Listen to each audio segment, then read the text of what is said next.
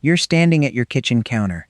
The receipt in your hand is longer than your forearm, and half of what you bought you didn't need.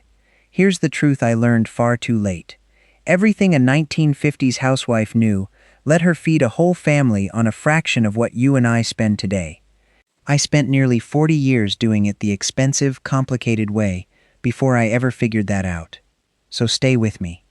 Because near the end, I'm going to show you a method straight out of a 1917 government bulletin that let ordinary people keep eggs fresh for months without a refrigerator. It costs almost nothing, and it works in the kitchen you already have, with the 2 hands you already have, starting this weekend. Let me tell you where this started for me.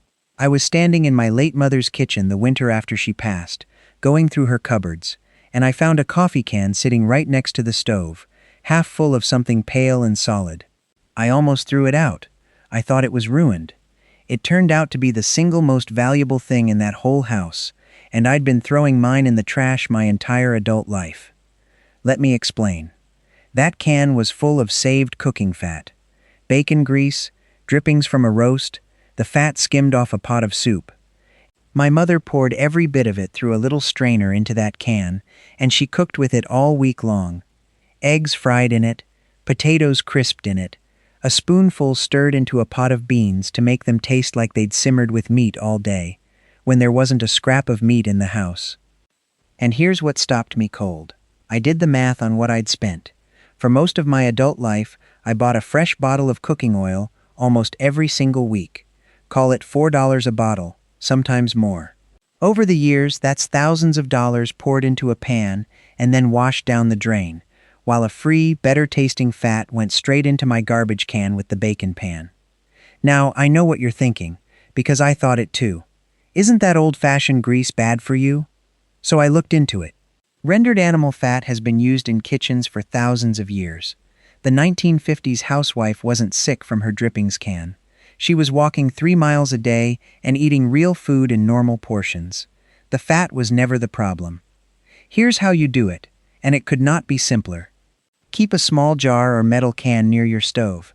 After you cook bacon or brown any meat, let the pan cool for a minute, then pour the fat through a fine strainer or even a coffee filter to catch the bits.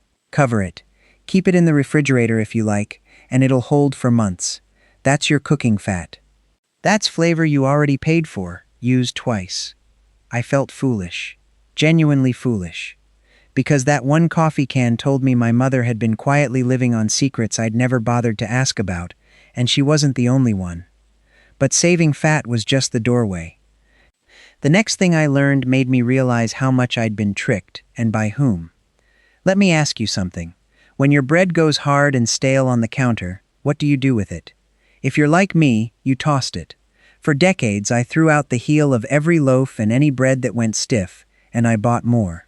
It felt normal. It felt like just what you do. Now here's the part that made me angry once I understood it. Stale bread is not spoiled bread. When bread goes hard, the starch inside has simply crystallized and pushed out its moisture. It hasn't gone bad, and that process can be reversed in about 10 minutes. Here's the method the women of that era used without thinking twice. You take your stale loaf, or even a stale roll, and you run the outside crust quickly under the tap so it's just damp, not soaked. Then you put it in a warm oven, around 300 degrees, for about 10 to 12 minutes. The moisture turns to steam inside the loaf, the starch relaxes, and the bread comes out with a crackling crust and a soft, warm middle. It tastes fresh baked.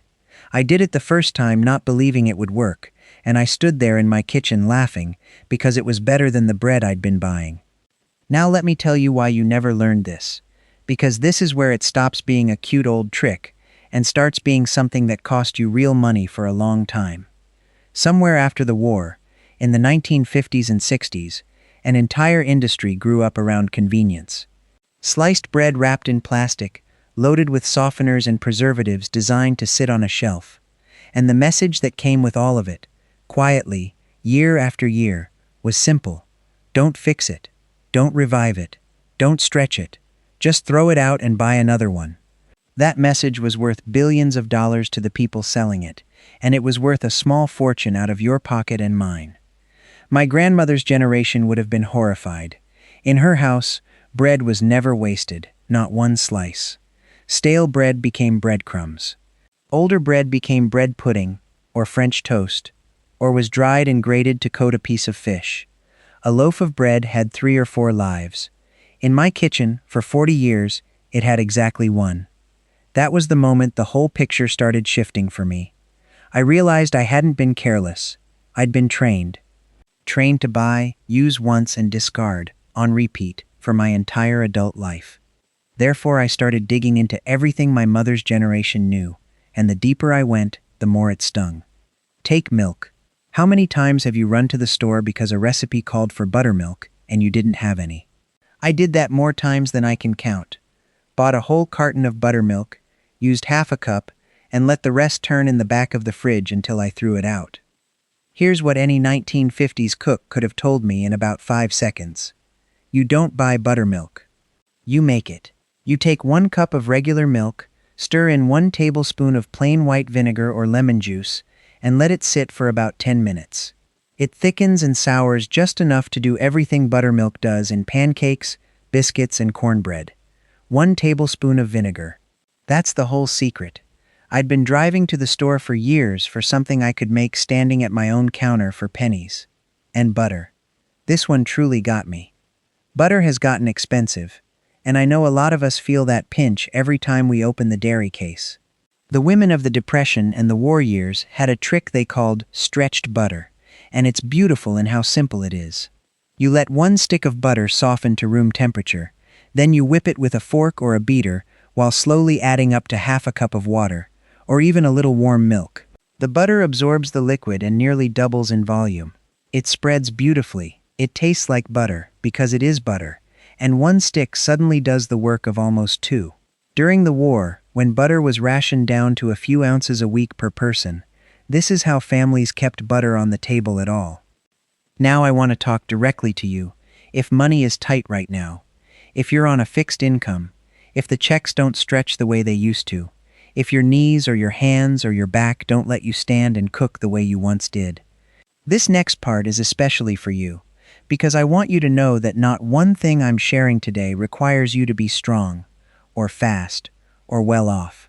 Quite the opposite. Every single one of these methods was invented by people who had less than we do, and they built them to be easy. And that's exactly why I sat down and wrote all of this out properly, in 3 small books, because a video can only hold so much before I run out of breath. I dug through old household manuals and government home bulletins, the practical knowledge nobody ever passed down to us, and I put it in plain words, with no gadgets, no contractor, and no strength required. In them you'll learn how to stop your bread, your eggs, your meat, and your produce from dying on you weeks before they should, how to mix your own pancake, cornbread, and gravy jars from what's already in your cupboard, and how to rearrange a small kitchen so nothing needs lifting or climbing again.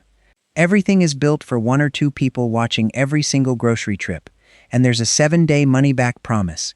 Cancel anytime, so you can simply try one method this week and see. If that's the kind of thing you want on your shelf, scan the QR code right there on your screen. Link in the description, pinned comment. The books are waiting for you. Now, let me hand you the ones you can start with tonight, sitting down, with nothing but a jar and a little patience. Let me give you the ones that take almost no strength and almost no money. The vegetable water. When you boil potatoes, carrots, green beans, any vegetable, don't pour that water down the sink. That water is full of flavor and nutrients that leaked out of the vegetables while they cooked.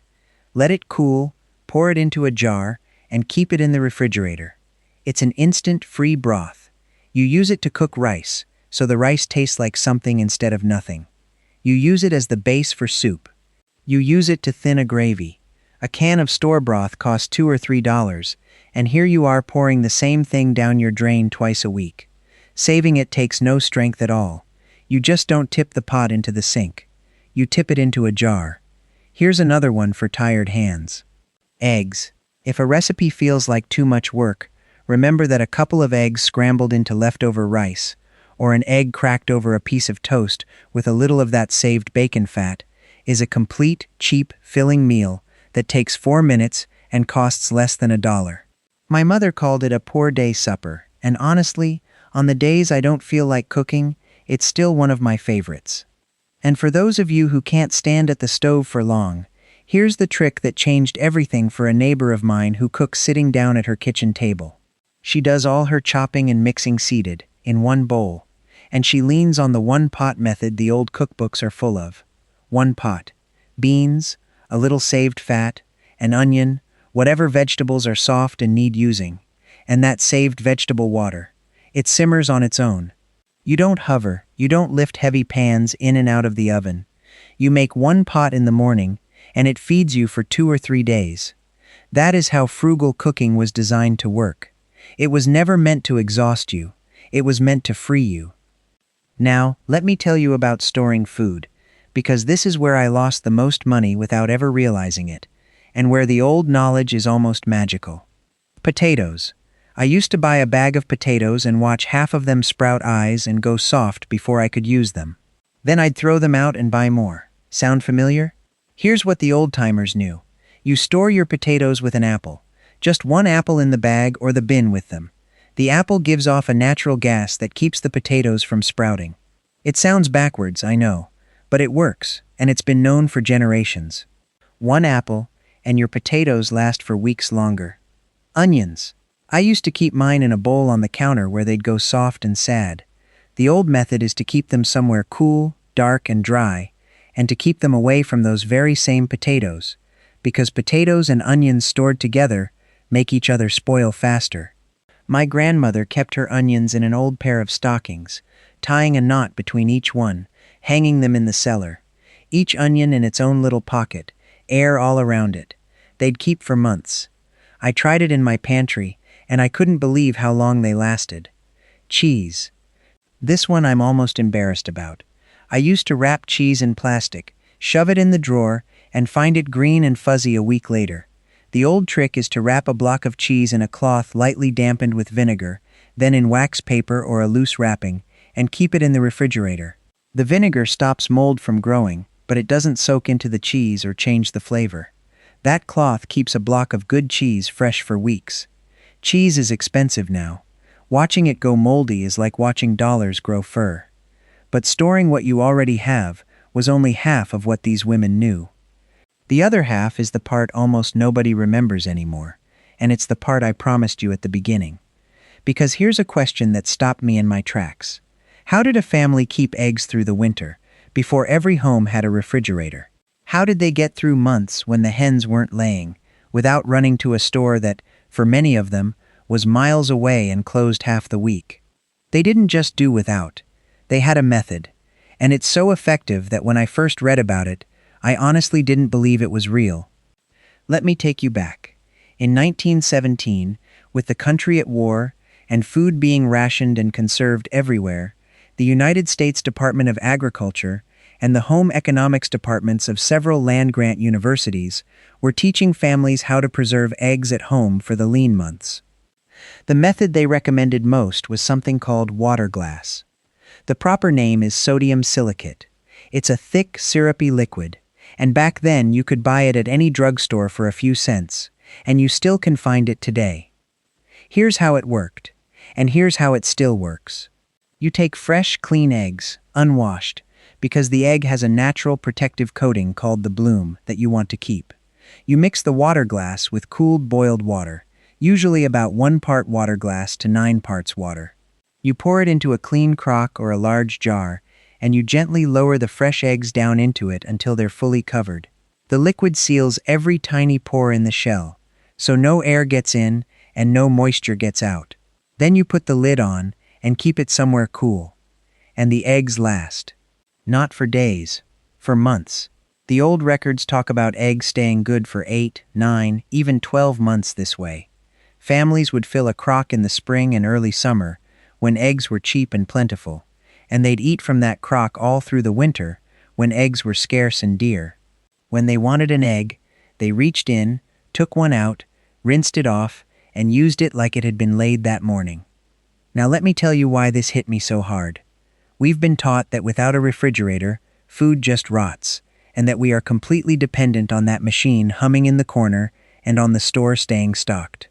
And here was proof, printed in a government bulletin more than 100 years ago, that ordinary people with no electricity kept a staple food fresh for the better part of a year using a few cents of liquid from the drugstore. That knowledge didn't disappear because it stopped working. It disappeared because refrigerators got sold into every home, and once you have the machine, nobody makes a dollar teaching you how to live without it. I tried it myself, in a smaller way, just to see, and it works exactly as they said. There's something that settles deep in your chest when you realize you can keep your own food secure, without depending entirely on a store, or a machine, or a check arriving on time. That feeling has a name. It's called independence. And it was quietly taken from us, one convenience at a time. Now, I want to be honest and careful with you, because I respect you too much to hand you a trick without the fine print. If you try water glass egg preservation, use only very fresh, clean, unwashed eggs. Keep them cool, and when you take one out to use, crack it into a separate bowl first to check it, the way careful cooks have always done. Done properly, this is a method families relied on for generations. And even if you never store a single egg this way, I want you to know it's possible, because knowing it's possible changes how you see that whole humming refrigerator and everything the world tells you that you can't do without. Let me pull this all together, because by now, you might be feeling the same thing I felt, standing in my mother's kitchen with that coffee can in my hand. A little bit of grief, and a whole lot of resolve. Think about what we've covered. The saved cooking fat that turns your garbage into flavor. The stale bread that comes back to life in 10 minutes in a warm oven. The buttermilk you make with a spoonful of vinegar. The butter you double with a little water. The vegetable water that becomes free broth. The apple that saves your potatoes. The stocking that saves your onions. The vinegar cloth that saves your cheese. And the crock of eggs that can outlast the winter. Not one of those things requires money you don't have. Not one of them requires strength you've lost. Not one of them requires a gadget, a subscription, or a trip to the store. Every single one of them was invented by people who had less than we do, and refused to waste a thing. And here's what I keep coming back to. I spent nearly 40 years believing that the modern way, the store-bought way, the throw it out and buy another way, was progress. I believed the people selling me convenience were doing me a favor, but convenience has a price, and I paid it every week for 4 decades without ever seeing the total. The women of the 1950s, and their mothers before them, weren't behind the times. They were free in a way most of us have forgotten how to be. Let me tell you one more small thing before I go, because it ties it all together. After I found that coffee can, I started keeping one of my own, right by the stove, just like my mother did. And every time I pour that saved fat into a hot pan and hear it sizzle, I think about her, and about her mother, and about all those women who knew exactly how to make a little go a long way. I'm not just saving money anymore. I feel like I'm carrying something forward that was almost lost. That can on my counter is the most valuable thing in my kitchen, and it was free. You are the kind of person who refuses to keep paying for what you can do perfectly well yourself. I know that, because you're still here with me at the end of this. You didn't click away looking for something flashier. You wanted the real thing, the tested thing, the honest thing. And now you have it, sitting in your hands, ready to use in the kitchen you already have. So let me ask you something, and I truly want you to tell me. Of everything we talked about today, which one surprised you the most? Was it the bread coming back to life in the oven? The apple keeping the potatoes from sprouting? Or the crock of eggs lasting through the whole winter? Tell me in the comments below, and while you're there, tell me where in the world you're watching from. I love reading where you all are. It makes this feel like the neighborly kitchen conversation it's meant to be. And if you believe, like I do, that this kind of practical, hard-won knowledge shouldn't be allowed to disappear, then come stand with the rest of us who are taking it back, one forgotten trick at a time. That's what this whole thing is really about. Not a channel, a group of people who refuse to let the old wisdom die. Because next time, I'm going to show you the forgotten way our grandmothers kept a pot of soup simmering on the back of the stove for days at a time, safely, feeding the whole household from one pot without ever letting it spoil. There was a name for that pot, and a set of rules that made it work, and almost nobody alive remembers them anymore. But I found them, and I'll bring them to you. Until then, keep that fat jar by the stove, keep that apple with your potatoes, and remember, you were never behind the times. You were just never told the truth about how much you already knew how to do. Now you know. Go use it. Before you go, one thing. This video gave you the overview, but the full step-by-step continues inside the Wise Living Circle. In there, you can ask me your own question, and a real person, me, answers you myself, never a machine. You won't be alone either. So many folks like you are already inside with me. Just point your phone's camera at the code on the screen, and you can cancel anytime, no risk at all. Now, if those old kitchen tips saved you money, wait until you see how our grandmothers kept a tiny home tidy and clutter-free. Those clever storage secrets are starting right here. Let's take a look together.